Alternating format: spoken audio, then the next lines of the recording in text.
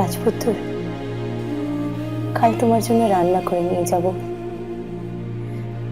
বিয়ের পর নিজের হাতে তোমাকে খাইয়ে তোমার বাড়িতে শেষ হোম ডেলিভারি করব।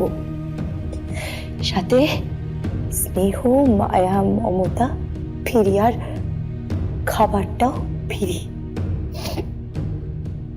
কালকের হোম ডেলিভারির টাকা নেব না, শেষবারের মতন তোমাকে খাইয়ে আসবো।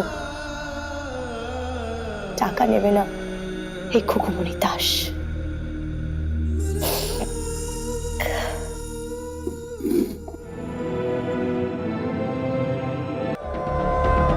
Just stop it!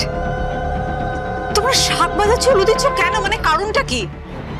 তোমরা জানো না এতে বিহানের অসুবিধা হয়, ও অসুস্থ হয়ে পড়ে, ওর প্রবলেম হয়। এতে প্রবলেম আছে তো কি? নিয়ম মানবো না? বিয়ে বলে কথা। এক্স্যাক্টলি, শাস্ত্র মতে বিয়ে বলে কথা, শাকুলু বাজবে না। তুমি একটু বেশি কনসার্ন হয়ে পড়ছো বিহানের ব্যাপারে, সেটাই স্বাভাবিক নয় কি? ইয়েস, কনসার্ন হয়ে পড়ছি, কারণ আজকে বিহানের বিয়ে, ওই পাত্র, আর ও এইসব আওয়াজে যদি ভয় পেয়ে যায় তাহলে তো ওপর থেকে নামবেই না, লুকিয়ে থাকবে বসে। পাক, একটু ভয় পাক। মানে মাম্মা বলেছে ওকে ভয় দেখিয়ে রাখতে। জুজু জুজু জুজু না দেখালে উল্টে আরো বিপদ ঘটতে পারে।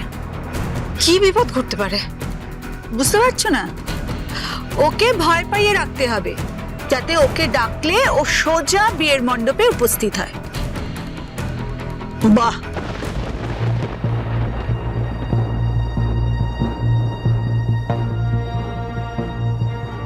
চমৎকার, কি সুন্দর কথা। ভয় পাইয়ে একটা ছেলেকে বিয়ের মণ্ডপে নিয়ে যাওয়া হবে, এসব কথা বলতে তোমাদের লজ্জা করে না?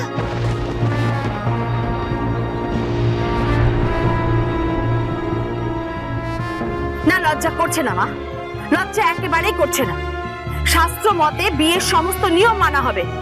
এই তোরা উলু দে, চাক বাজা।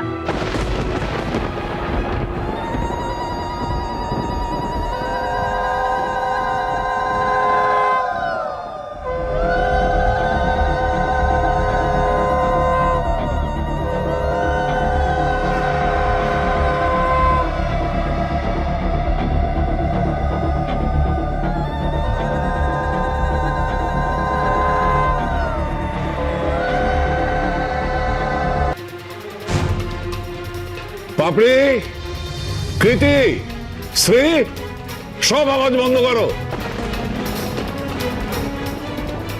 কে চিৎকার করছে?